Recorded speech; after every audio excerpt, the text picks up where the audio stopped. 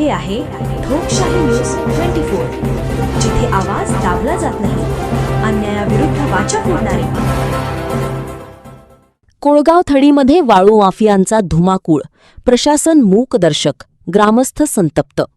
कोपरगाव तालुक्यातील कोळगाव थडी येथे वाळू माफियांचा अक्षरशः धुमाकूळ सुरू असल्याचा गंभीर आरोप ग्रामस्थांकडून करण्यात येत आहे.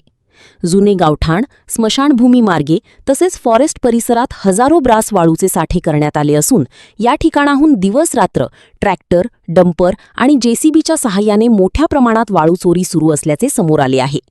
ग्रामस्थांच्या म्हणण्यानुसार काल रात्री देखील मोठ्या प्रमाणात वाळू वाहतूक करण्यात आली. मात्र आज महसूल विभागाचे पथक घटनास्थळी येऊनही केवळ पाहणी करून परत गेले. कोणताही पंचनामा करण्यात आला नाही, तसेच वाळू तस्करांवर कोणतीही गुन्हे नोंद करण्यात आलेली नाही. याहून धक्कादायक बाब म्हणजे फॉरेस्ट परिसरात मोठ्या प्रमाणात वाळूचे साठे असून त्यातूनही चोरी होत असल्याचे स्पष्ट पुरावे आणि फोटो ग्रामस्थांनी प्रशासनाला दिले आहेत. तरीही संबंधित अधिकारी चोरी सुरूच नाही असे सांगत असल्याचा आरोप ग्रामस्थांनी केला आहे.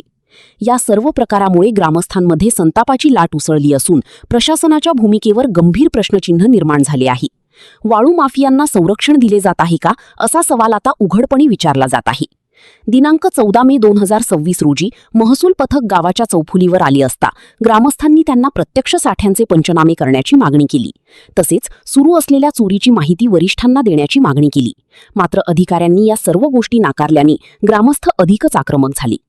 ग्रामस्थांनी आता स्पष्ट इशारा दिला आहे की जर तात्काळ कारवाई झाली नाही तर संपूर्ण गाव रस्त्यावर उतरून तीव्र आंदोलन आणि उपोषण छेडले जाईल.